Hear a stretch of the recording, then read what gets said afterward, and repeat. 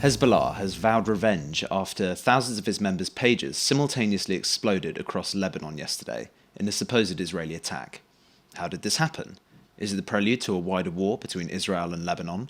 And how embarrassing is this for Iran?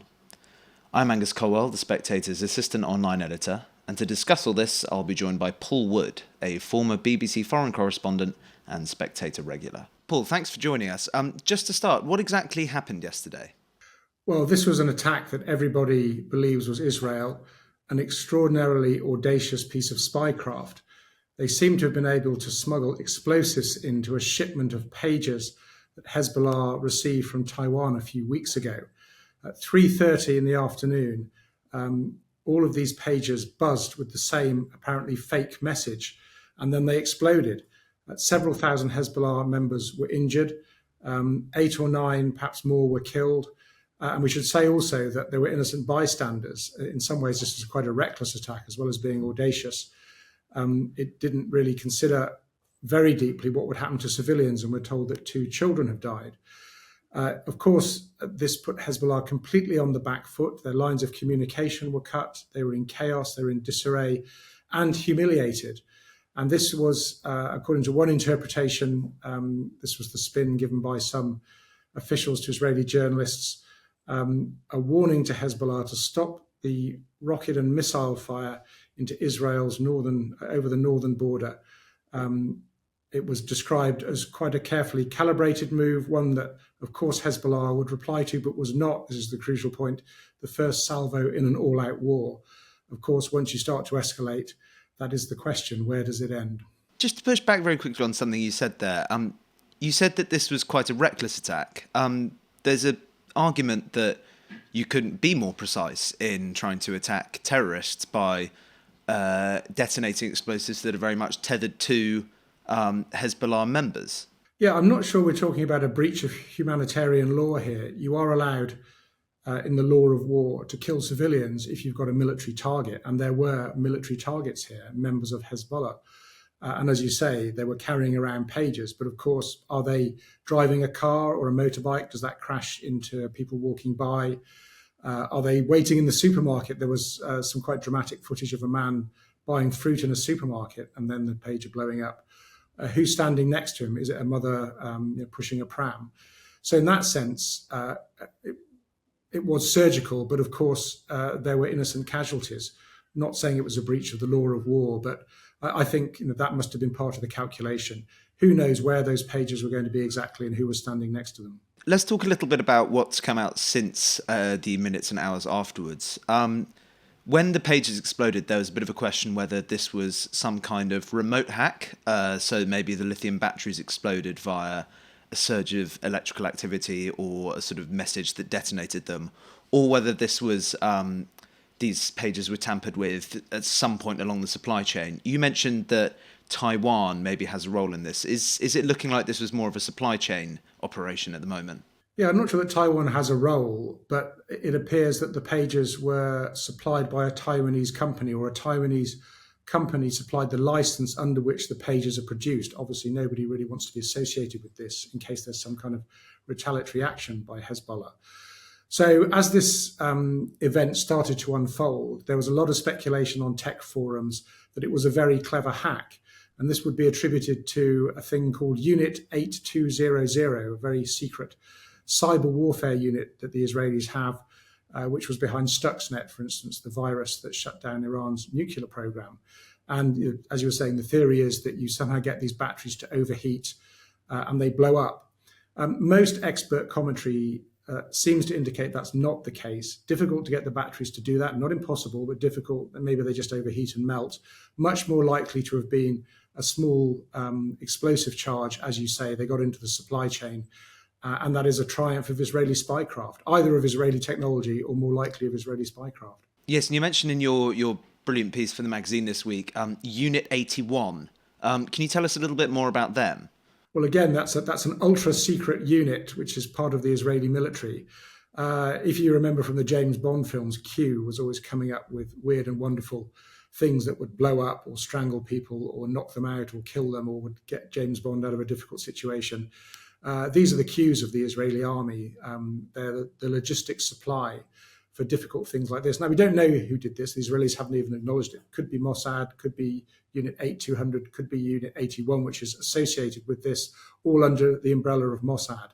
But people who follow these things closely say that these are the kind of people you would be looking at. And Unit 8200, for instance, nobody's allowed to admit that they're in it or to confirm that they're in it. But press accounts in Israel suggest that, almost like some spy thriller, they go into the universities, into the high schools to recruit the most brilliant computer science students, the most brilliant hackers, and put them to work. And there have been several sort of tech spin-offs now worth a lot of money, which have come out of the group of people who worked in that unit. And it just confirms, I think, Israel is not just a military power, the fourth largest military in the world, but is a tech superpower as well, one of the most advanced countries for tech in the world. And that's an advantage they have rammed home with this attack.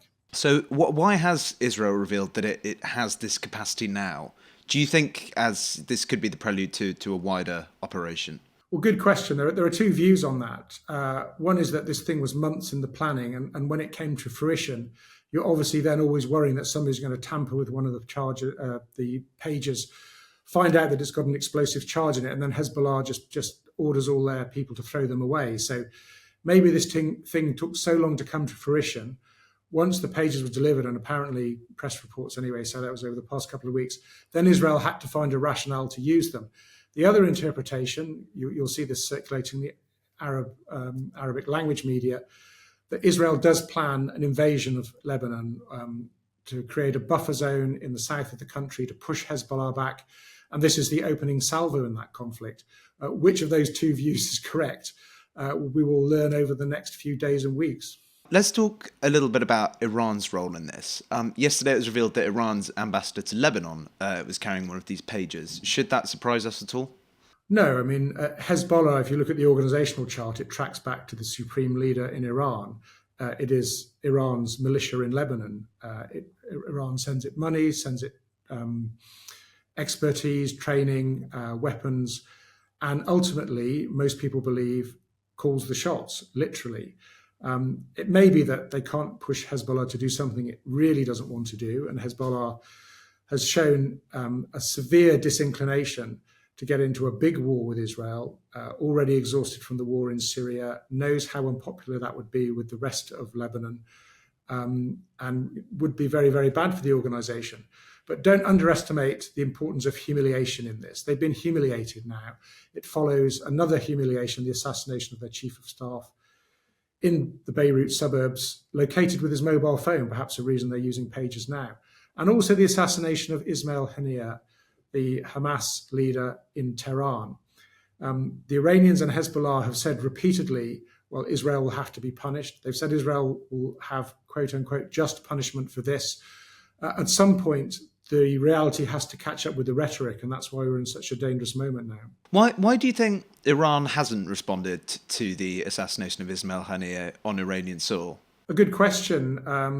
They apparently told European diplomats very clearly that they were going to. They apparently warned planes off their airspace. You may remember back in April when some Iranian generals were killed in what the Iranians described as an embassy building in Damascus.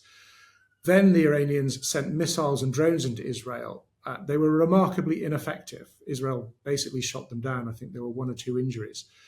So it maybe they're trying to think of something new and different, and they want the element of surprise, or simply, in Israel's terms, deterrence is working. Iran is worried about tangling with what it seems to be, from this attack and previous ones, a superior military power. So how embarrassing is this failure of intelligence for both Hezbollah and Iran? It's extremely embarrassing, of course.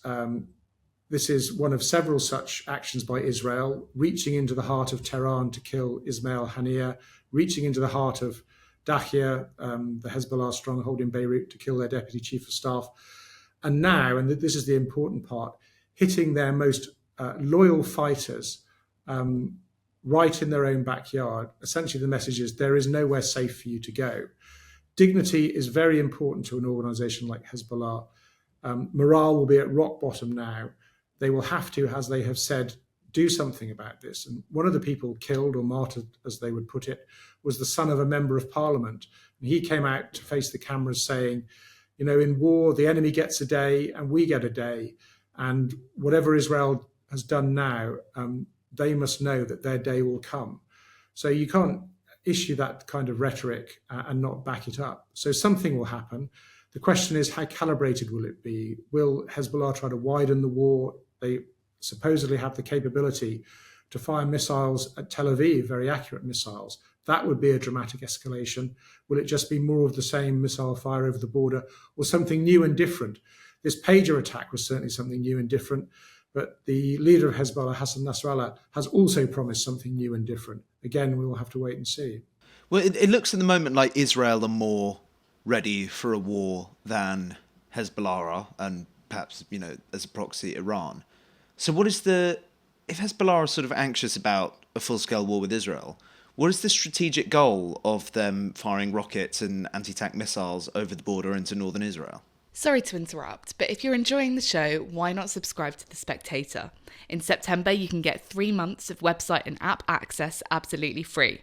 Follow the Tory leadership campaign, Labour's inaugural budget and the US elections with Britain's best informed journalists. And get your first 3 months free, only in September. Go to www.spectator.co.uk/TV offer. Well, it's to keep pressure up on Israel as it fights Hamas. And ultimately, the big enemy for Iran, which is backing or orchestrating all of this, is to push the United States out. And it thinks that by putting pressure on Israel, it puts pressure on the United States. In one way, Hezbollah is unprepared because it's exhausted after the fight in Syria, as I was saying, and doesn't want to be unpopular in Lebanon by causing another war. But in another way, they've been preparing for this moment since 2006 and the last Lebanese-Israeli war. You see regular briefings in the Israeli media that Hezbollah has 150,000, 200,000 missiles, rockets, long-range mortars, several thousand of those very accurate and very large, and presumably enough to overwhelm the Iron Dome anti-missile system. So it's often said that neither side wants this war, but somehow both sides will find themselves, for reasons of quote-unquote re-establishing deterrence, doing things which provokes this war. I was in northern Israel in sort of late June, and I spoke to a couple of IDF soldiers out there, and they were sort of saying, if we have to go to war with Lebanon, it'll be what's happening in Gaza will look like child's play. Now, of course, that's deterrence. Of course, that's tough talking. But do you think that, you've just mentioned the capacities of Hezbollah, much greater than Hamas's, to strike deep into Israeli territory? Given that, how could Israel possibly be pushing for this kind of war? Well, now you're talking about motivations, and there are a number of theories. One is that, and this is believed by Mr. Netanyahu's critics in Israel, one is that Benjamin Netanyahu, the Israeli Prime Minister, needs a war of some kind to remain in office, to keep his coalition together, and ultimately to stay out of jail, because he's got 3 separate corruption trials which will resume once he's out of office, and which a lot of people think the evidence is quite strong. So there's that. And President Biden, Joe Biden, the US leader, was asked whether he believed that. And he said, well, there's some reason, there's some evidence for that. So that's one thing. The other more charitable interpretation, as far as Mr. Netanyahu goes, is that he fears and believes that a war with Iran is inevitable, because Iran will one day, maybe soon, get a nuclear weapon, and Israel can't contemplate a future with Iran having a nuclear weapon. And it's better to fight, this is Mr. Netanyahu's reasoning supposedly, it's better to fight that war on your own terms than to wait and have it forced upon you. There may be quite an appetite in Israel for sorting out the northern border. Between 60,000 and 100,000 people have had to flee their homes. That's been going on for almost a year now. And so bringing peace to the northern border would be quite a popular move if something like the pager attack can bring this about. Going into southern Lebanon from northern Israel, establishing a buffer zone, is something that the Israeli media have been talking about, presumably briefed by the Israeli military, for months now. It would be very difficult to see how that would succeed. Remember, Hezbollah has long-range missiles. It just pulls back, fires those missiles over the heads of the Israeli tanks, and more people are displaced from northern Israel. That is certainly what the deputy leader of Hezbollah warned would happen in a speech at the weekend if there were all-out war. Israel has been threatening war with Hezbollah for a couple of months, but they've been talking about winding down their operations in Gaza. That seems to be taking longer than they said that it necessarily would have done. Do you think that Israel can fight a war on two fronts, or are they going to have to sort of scale back their operations in Gaza before they commit to full-scale war on the northern front? Well, one interpretation of why Hezbollah and why northern Israel now is that the Israeli forces are winding down their operations in Gaza. They've gone into Rafah. According to some accounts, they've broken the back of the last real Hamas force, which was left in Rafah. They've, in their terms, broken the back of the resistance in Gaza. Of course, the Gaza war hasn't concluded, and as long as it's going on, there won't be, I think, any hope for diplomacy in any part of the region. That's why the Americans have been pushing so hard for a Gaza ceasefire, and that would include, of course, the return of the last remaining hostages. There's desperate desire for that in Israel. But there was a very revealing account, don't know if it's true, but the quotes seem very detailed, on Israeli Channel 12 television, which had the heads of Shin Bet, the domestic security agency, the heads of Mossad and the army, all in a room with Mr. Netanyahu a few weeks ago saying, there is a deal on the table which will work. We can get the hostages back. And Mr. Netanyahu thumps the table and says, you're weak. We will not take this deal. And the reason he doesn't want to take the deal is because of the so-called Philadelphia corridor, the bit of territory between Egypt and Gaza. He doesn't want to give that up. He thinks if he gives that up, Hamas will be able to smuggle more weapons back into Gaza, and the problem will just come back in a few years' time. So no end to the war in Gaza, but at a lower level. And I think that's why Israel can look to the north. From what you said there, it sounds like, and this is proven to be true, that the US is finding that it's caused Benjamin Netanyahu are getting rather more ignored. There was even a story in Axios yesterday that Israel didn't inform the US of this pager attack. At what point do relations between Israel and the US start to get seriously strained over disagreements between Benjamin Netanyahu and the White House?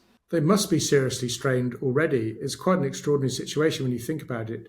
The US has been publicly pressurizing Israel to accept the hostage deal. Israel has not done that. The US more or less begged Israel not to go into Rafah because of civilian casualties, but Israel did that as well. And now the US, there's a special envoy in play at the moment, is trying to get a deal between Hezbollah and Israel, and a new understanding anyway. I didn't think they'd ever sit down together, and calm things down, get a diplomatic solution and de-escalate things. And here's the Israeli cabinet at 2:30 in the morning issuing a very brief and terse statement of new war aims, that is to return people to the north. So the US supplies the weapons that Israel uses to fight its wars. It is the ultimate guarantor of Israel's security if the Jewish state really is in peril. And yet Mr. Netanyahu keeps rebuffing the Americans. I think it's especially a personal humiliation for Joe Biden. But I think the reality is that Mr. Netanyahu is stronger in Israeli politics. He plays to his own gallery. His supporters like it when he stands up to the Americans. And that's what he's doing now. Not that we should look at this just in terms of Mr. Netanyahu. The Israeli Defense Minister, Yoav Gallant, who's no friend of Mr. Netanyahu's, is also on record as supporting this action in the north. Indeed, some press reports suggest that right since the beginning of this, since October the 7th, Mr. Gallant wanted to use this as an opportunity to sort out Hezbollah once and for all. Certainly some Israelis feel that. Others, of course, are war weary, but I think there would be backing for some kind of action by Israel. Again, that's why this is such a dangerous moment. Final question just about the northern front. A couple of months ago, Nasrallah, Hezbollah's leader, said that Cyprus could be fair game if it was used for bases in any conflict between Israel and Lebanon. Obviously, there are deep British interests in Cyprus. Do you think that it's far-fetched to say that there could be more British involvement in a war in the northern front? I didn't see those particular remarks of Mr. Nasrallah's. This seems to be the kind of rhetoric he typically indulges in. Britain, to a far lesser extent than the US, is backstopping the Israeli military with intelligence help, some other kind of help. Periodically, we get statements which haven't changed that much from the Conservative government to this Labour government, that Britain supports Israel's right to defend itself. There have been some military sanctions announced recently by David Lammy, but really a small proportion of what Britain does, which itself is a small proportion of the help that Israel receives. Really, the United States is the country that matters. It's the only game in town as far as Israel is concerned. And Israel is not listening to the United States. It feels its vital national interests are at stake, and it will pursue its own course. Ultimately, I think the United States would be involved in any attempt to shore up Israeli security. Britain would be almost a bystander. Paul, thanks for joining us on Spectator TV.